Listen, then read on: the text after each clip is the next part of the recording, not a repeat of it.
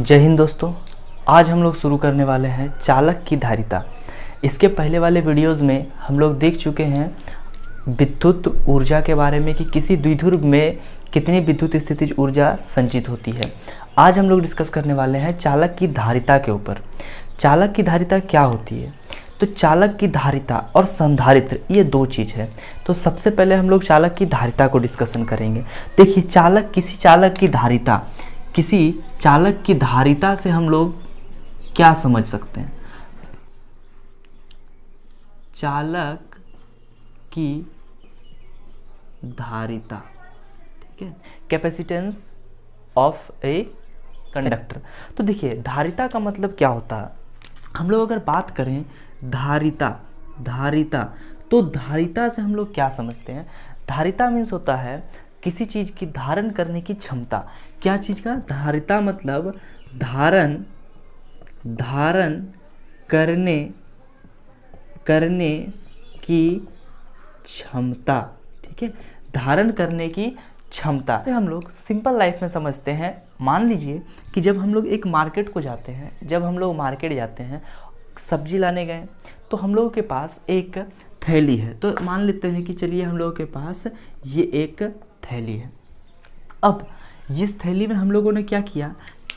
जब सब्जी हम लोगों ने लिया तो मान लेते हैं कि हमने आलू लिया आपका, चलिए 2 केजी, 3 केजी आलू लिया, 2 केजी अगर हम लोग प्याज लेते हैं, ठीक है, और भी तरह तरह का, मतलब ए लिए, बी लिए 2 किलो, आपका सी कोई ऑब्जेक्ट था ये भी हम लोग ले लिए आपका, चलिए 2 किलो, डी कोई ऑब्जेक्ट था ये भी सब्जी था, मान लीजिए ये भी हम लोग ले लिए 1 किलो। अब क्या देखिए, तब ये भी कुछ ना कुछ जगह घेरेगा, ये भी घेरेगा, ये भी घेरेगा, ये भी घेरेगा। कहाँ? ये सब कहाँ रहेगा? तो ये सब इसके अंदर रहेगा। तो मान लीजिए जब हम आलू लिए तो आलू उस थैली का इतना एरिया को घेर लिया। जब हम लोगों ने फिर बी को लिया, मतलब तो वो इतना घेर लिया। उसी तरह सी को लिया तो इतना घेर लिया। जब डी को लिया तो इतना घेर लिया। अब थोड़ा सा स्पेस मान लेते हैं कि ये हम लोगों का थैली का एरिया था, ये पूरी यहाँ से यहाँ तक हम लोगों का थैला था। तो अभी कुछ एरिया चलिए बचा हुआ है, तो मान लेते हैं ई प्रोडक्ट और एक ले लेते हैं 2 केजी। तो अब हम लोगों का क्या हुआ? ये थैला पूरा का पूरा पैक हो गया। ये थैला आपका पूरा का पूरा क्या हो गया? पैक हो गया। तो जब ये थैला पूरा का पूरा पैक हो गया तो इसके अंदर हम लोगों ने पैक किससे किया? तो ये product A B C D, ये अलग अलग चीज़ों से हम लोगों ने उसे क्या किया? पैक किया। तो यहाँ पर हम लोग कह सकते हैं ये आपका कितना था? ये आपका था 3 kilo plus 2 kilo plus 2 kilo plus 1 kilo plus 2 kilo. तो 3 2 5 किलो, 6 7 8 9 10, मतलब हम लोगों ने 10 किलो से क्या किया? इसे पूरी पैक कर दिया। तो जब हम लोगों ने इसे 10 किलो से पूरी पैक कर दिया तो कह सकते हैं अब इसमें आपका एक भी जगह नहीं बचा। अगर मान लीजिए आप इसके बाद कुछ ले लेते हैं तो उसे रखने के लिए आपका जगह नहीं है, तो कह सकते हैं ये जो आपका पास जो थैला था, ये जो आपके पास बैग था, इसकी धारिता कितनी थी? इसकी धारिता थी 10 किलो तक, मतलब ये 10 किलो तक ले सकता था। ये सब चीज़ों को 10 किलो तक वो एडजस्ट कर सकता था। तो या फिर ठीक है, तो ये होगी उसका धारिता, मतलब इसकी धारण करने की क्षमता कितनी होगी? मतलब इसकी धारण करने की क्षमता हम लोग कह सकते हैं इस केस में 10 केजी है। उसी तरह अब अगर हम लोग एग्जांपल को चेंज करते हुए समझते हैं, मान लीजिए कि हम लोगों के पास एक ग्लास है, ये रहा हम लोगों के पास ग्लास। तो इस ग्लास में कितना पानी रह सकता है, मतलब कितना पानी इसके अंदर आ सकता है उसे, तो हम लोग अगर माने इसके अंदर अगर हम लोग पानी को देते हैं, ठीक है, तो इसके अंदर चलिए अगर 200 ml पानी रह जाता है, मतलब 200 ml पानी जो इसके अंदर आ सकता है, अगर इसके अंदर 200 पानी को अगर हम लोग 200 ml पानी को रख सकते हैं, तो इस कंटेनर की, ये जो ग्लास है, इस ग्लास की धारिता कितनी होगी? 200। तो हम लोग धारिता से यहाँ क्या देख रहे हैं? धारिता से देख रहे हैं कि किसी चीज़ को धारण करने की क्षमता, कैपेसिटी। तो कैपेसिटी यहाँ पर क्या है? धारिता है। तो अब आते हैं चालक का केस में धारिता हम लोग किसे कहेंगे? तो अब चालक की केस में चालक की धारिता किसे कहेंगे? तो जब हम लोग किसी अनावेशित चालक को चार्ज देते हैं, आवेश देते हैं, तो वो आवेश कहाँ? उस चालक के अंदर।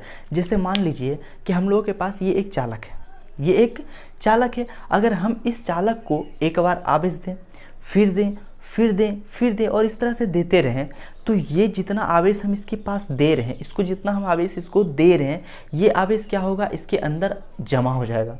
मतलब जो चार्ज होगा, ये चार्ज इसके अंदर क्या होगा, जमा हो जाएगा, स्टोर हो जाएगा।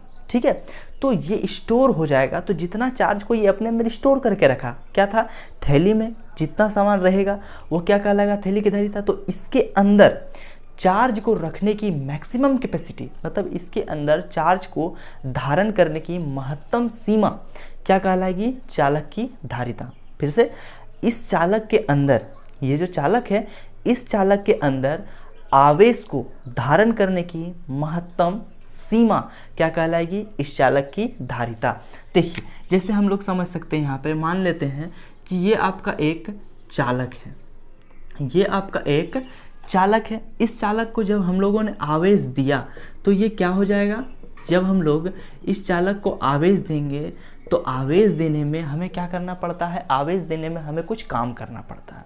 जब हम लोग इसे आवेशित करेंगे, अब आपका सवाल हो सकता है आवेश देने में काम क्यों करना पड़ेगा, तो देखिए काम क्यों करना पड़ेगा, जब आप किसी एक को देते हैं, जब आप किसी एक को दिए तो ये अब अपना विद्युतीय क्षेत्र बनाएगा, और इस विद्युतीय क्षेत्र के अंदर, इस विद्युतीय क्षेत्र के अंदर जब आप ये दूसरा आवेश, फिर से समान प्रकृति का आवेश को जब इसके तरफ लाइएगा तो ये इस प्लस को दूर भगाना चाहेगा। लेकिन चूंकि हम लोग तो उसको फील्ड में ला रहे हैं, उसकी तरफ ला रहे हैं, तो उसके तरफ लाने के लिए हमें बल लगाना होगा। तो हम लोग क्या करते थे, इसके पहले इस दिशा, मतलब ये फोर्स ये लगा रहा है बल इधर, और हम लोग इसे विपरीत दिशा में बल लगा रहे हैं इधर, F लगा रहे हैं इधर, और F लगाकर इसे क्या कर रहे हैं, विद्युतीय क्षेत्र के अंदर ला रहे हैं। ठीक है, विद्युतीय क्षेत्र के अंदर क्या कर रहे हैं, इसे विद्युतीय क्षेत्र के अंदर ला रहे हैं। तो विद्युतीय क्षेत्र के अंदर जब हम लाएंगे तो जितना काम हम इसे विद्युतीय क्षेत्र के अंदर लाने में करेंगे वो इसके अंदर स्टोर हो जाएगा। किसके रूप में स्टोर हो जाता है, किसके रूप में जमा हो जाता है, तो विभव के रूप में जमा हो जाता है। ये जो काम किए वो विभव के रूप में क्या हुआ, उसके अंदर स्टोर कर गया, उसके अंदर जमा हो गया। अब चलिए, तो यही, अब मान लीजिए कि आपने जब एक चार्ज को दिया तो इस केस बना, फिर जब दूसरा के दिए तो जब पहला को देकर जब दूसरा को देने गए तो कुछ काम करना पड़ा। जब हो गया तो जब आप तीसरा को लाइएगा तो थोड़ा और काम करना पड़ेगा, क्योंकि अब 2 मिलके रोकेगा। जब आप चौथा को लाइएगा तो 3 मिलके रोकेगा। तो इस तरीक़ा से जितना आप आवेश इसके अंदर दीजिएगा, ठीक है, जितना आवेश आप इसके अंदर दीजिएगा, ये आवेश क्या होगा, ये आवेश के कारण यहाँ पे क्या होता चला जाएगा, स्टोर होता चला जाएगा। ठीक है, क्या स्टोर होता चला जाएगा, तो कार्य स्टोर हो जाएगा। अर्थात हम लोग कह सकते हैं कि कार्य स्टोर होने से, कार्य जमा होने से क्या बढ़ जाएगा, तो विभव बढ़ जाएगा। ठीक है, विभव बढ़ जाएगा। तो हम लोग यहाँ से कह सकते हैं कि किसी चालक की जो धारिता होगी, किसी चालक में आवेश को धारण करने की जो क्षमता है, ये Q डायरेक्टली प्रोपोर्शनल टू है किसकी, V की। मतलब जितना ज़्यादा इसके अंदर चार्ज आएगा, ये चालक के अंदर जितना ज़्यादा चार्ज आएगा, जितना ज़्यादा आवेश इसके अंदर जितना आवेश आएगा, उससे इसके विभव में, मतलब इसका वोल्टेज में, पोटेंशियल में उतना की वृद्धि होगी। तो यहाँ पर कह सकते हैं Q directly proportional to V, या फिर कह सकते हैं Q इक्वल टू, अगर हम लोग डायरेक्टली प्रोपोर्शनल सिंबल को हटाते हैं तो इक्वल टू लाते हैं, मतलब Q समानुपाती, क्या हम लोग के पास है V, तो समानुपाती का चिन्ह को हटाएंगे तो उसके जगह हम लोगों को क्या बराबर लाएंगे, तो एक कांस्टेंट टर्म यूज करना पड़ेगा। तो चलिए कांस्टेंट यहाँ पर है C और V, जहाँ पर ये C क्या है, C एक नियतांक है, C एक नियतांक है, कांस्टेंट है। कौन सा कांस्टेंट है, तो इस कांस्टेंट का नाम क्या है, तो चालक की धारिता, चालक की धारिता, जहां पर C क्या शो करता है, C किसी चालक की धारिता को शो करता है।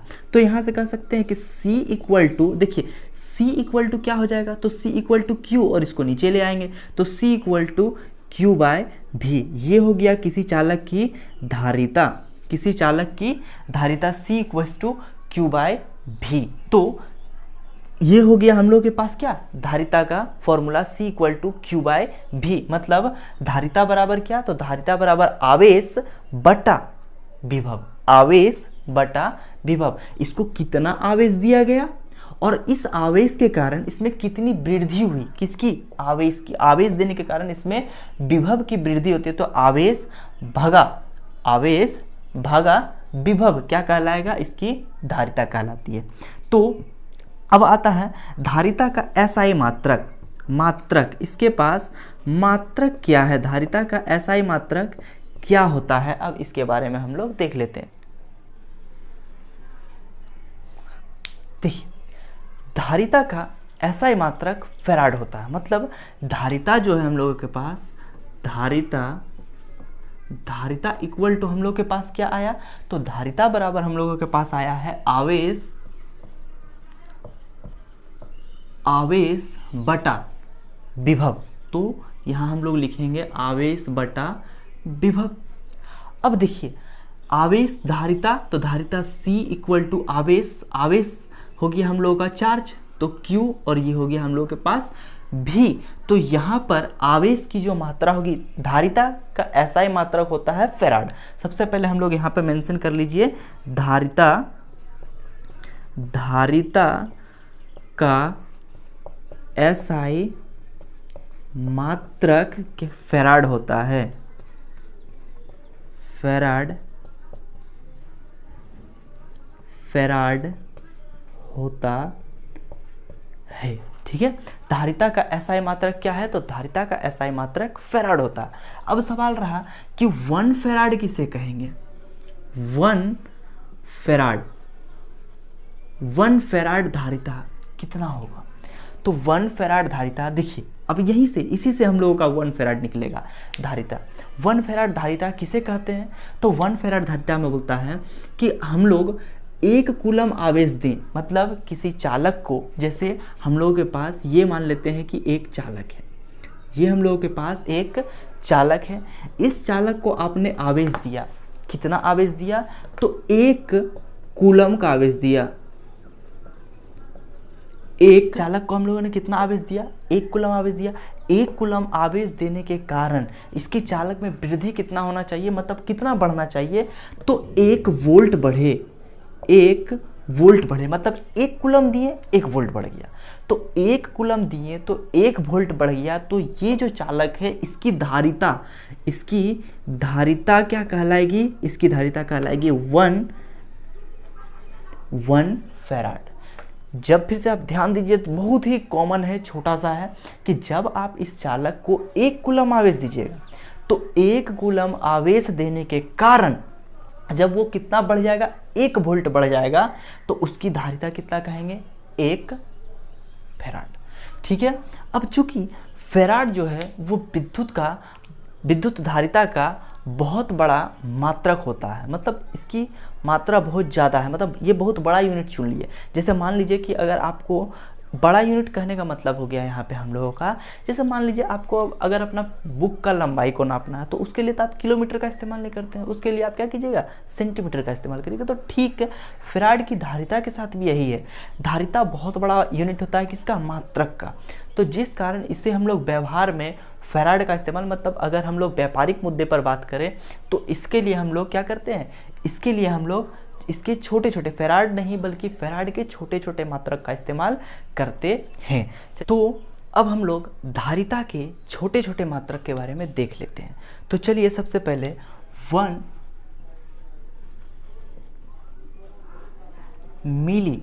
मिली farad,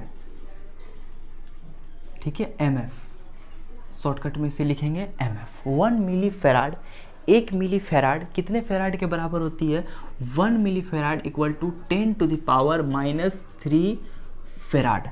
1 milli farad equal to 10⁻³ farad. इसके बाद 1 माइक्रो फैराड, 1